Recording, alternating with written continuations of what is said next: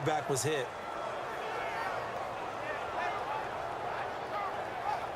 One score down. Here we go. They're going to go for it here on 4th down. Got to try it here. He's back to throw. He completes it to Bryant. A big play that time through the air. 30 yards. And they pick up the first down on a 4th down play. I don't know if the defense relaxed because they thought maybe they'd stopped him on 3rd down or if they just didn't protect the sticks very well. But, boy, that's a big-time pickup right there. And, of course, the quarterback in this situation, he's realizing time is becoming a factor. Let's see if they can get some points on the board here late. Here we go.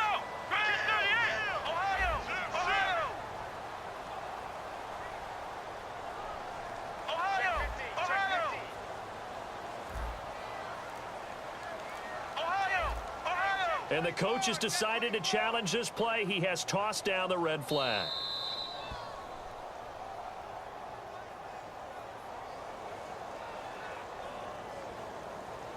Well, he challenged the play. It did not pay off. And that means he lost a timeout in that challenge. And as a coach, you hate that. Don't know if you took the advice of the player, you threw it yourself, but it didn't go your way. At the end of the day, it all comes back to the head coach. He has the final determination on whether to actually challenge the play or not. In this case, it didn't pay off for him. And that's got to be so heartbreaking. You throw that flag, you probably feel really confident, and then all of a sudden, boom, you lose the challenge. Yeah, when you take a look at it, you're throwing that flag because you believe you're going to be right. And when it comes back the other way, you have to regroup. Throwing, Hundley. Steps away to his left. And he gets this inside the 35-yard line. Time for a break. We'll come back for the electrifying conclusion after this.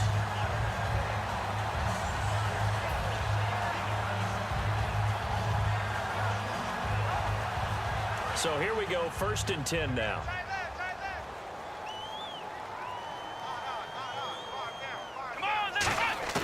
He'll look to throw. It's a short one here, complete to his tight end. A gain of 6 there on 1st. When you execute a drag or a crossing route really well and give them a chance to let it develop a little bit, you can gain some significant yardage hitting your tight end on that one. So the offense readies for a 2nd and 4.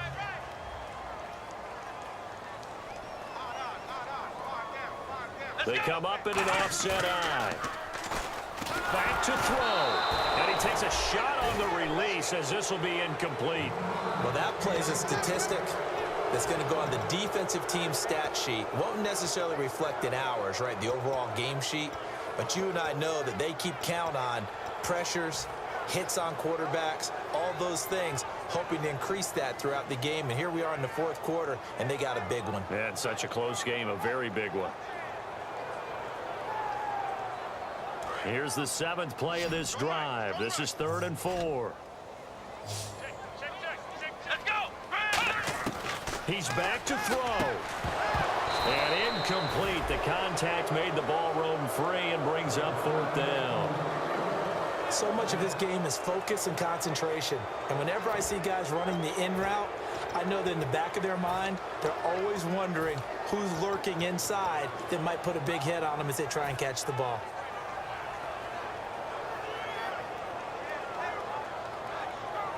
NFL teams last year a little under 50% on 4th down conversions. This is a bit tougher.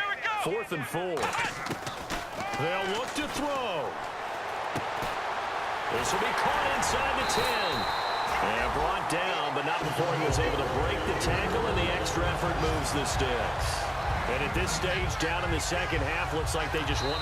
And now the Bills are going to stop it as they call a timeout. It's just their first. They've got 2 more to use here in the final stages.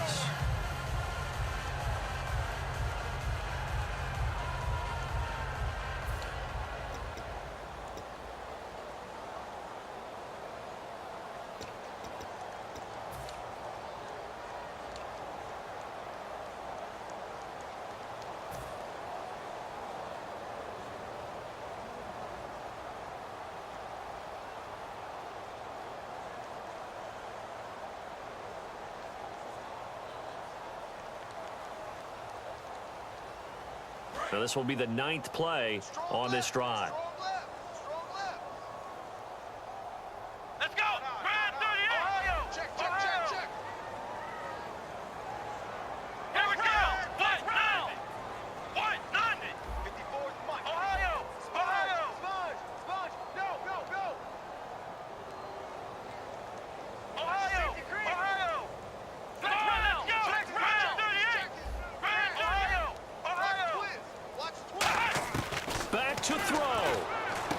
This will be caught at about the 6. That throw good for 4. It's second down. They like going to him in the slot. He catches another one. I think this comes under the heading of until they stop him, why not go back to it? He has something going really well. Great working relationship with the guy throwing the ball, and they keep making the connection. Let's go. 190. They'll look to throw again. His pass caught at the 4. Only 3 yards on the catch. It's third down. Now the Bills will take another timeout. That'll leave them with just 1 remaining in this fourth quarter of play.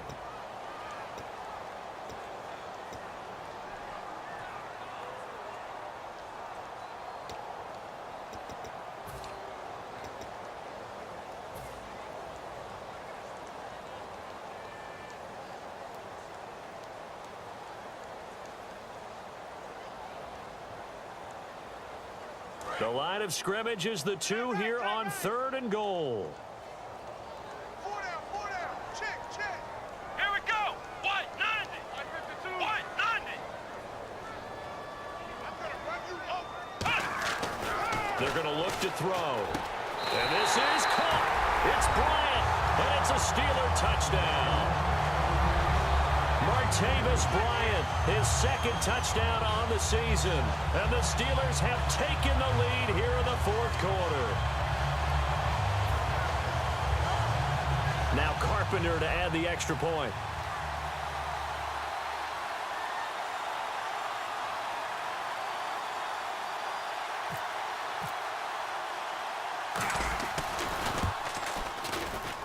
He missed one earlier, remember, but this time he gets it to go.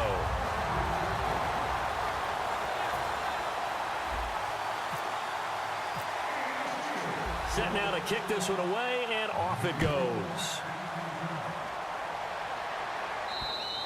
And this will not be returnable. It's out of the back of the end zone for a touchback. Now the Bills offense gets ready to head back onto the field. They're down here in a 1-score game, but the time, it's a factor, but it's not a huge factor right now, is it? It's really not, because this amount of time gives them a chance to run their offense, to go through play sequences. And this is what they work on every week in practice, usually on a Friday. They go over this type of a situation, late game situation. What are we going to do when we have the opportunity? They've called these plays a bunch of times. Now's their chance to execute them. He's got a man complete. A big play here for Buffalo. And even 40 yards. Well, even after all those interceptions, he's not deterred, still confident to go deep at work there. I think all the old rules about playing that position still apply. If things go wrong, you still act like you're the best player out on the field. You still carry that supreme arrogance with you and continue to fire the ball. I've seen guys have games like this, and this is where you find out if you're great or not. Can you overcome some interceptions and still lead your team to victory? Inside the red zone here, they'll look to throw. And, oh, a crusher there as it's intercepted. They find some open field here. And he's free going down the left side. It's a foot race. Past the 20, 10, 5, and he brings this one back. It's a pick 6 for a Steeler touchdown. And on that one with 6 defensive backs, did he need to be more careful throwing the football? I mean, I guess obviously hindsight he did, but... Yeah, hindsight, but even in foresight, when you got 6 defensive backs on the field, you just know you're going to get multiple coverages. You're never sure what you're going to see. But the biggest one is you don't have much reaction time for your receivers to go get the football because those guys, they're the best cover guys on the field. They go get it. And on that play, they took it the other way for 6 points.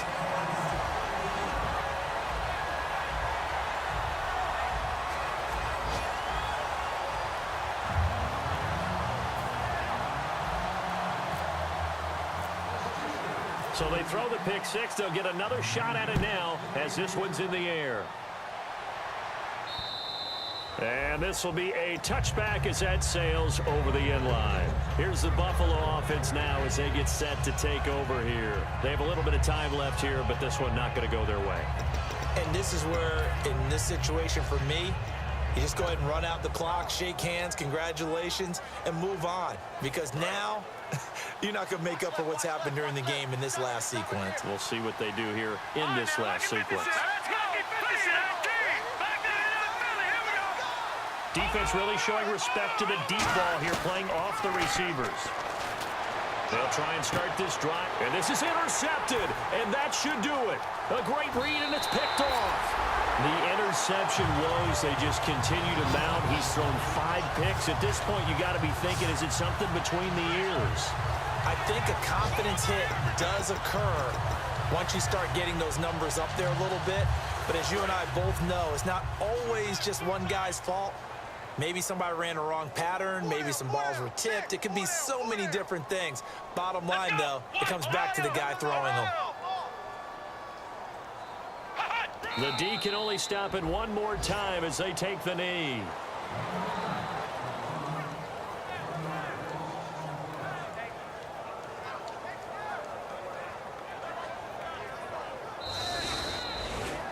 Well, Charles, the forecast called for rain throughout the entire game, and we got rain throughout the entire game. But these two teams, they had fun getting dirty out there. They love the slop.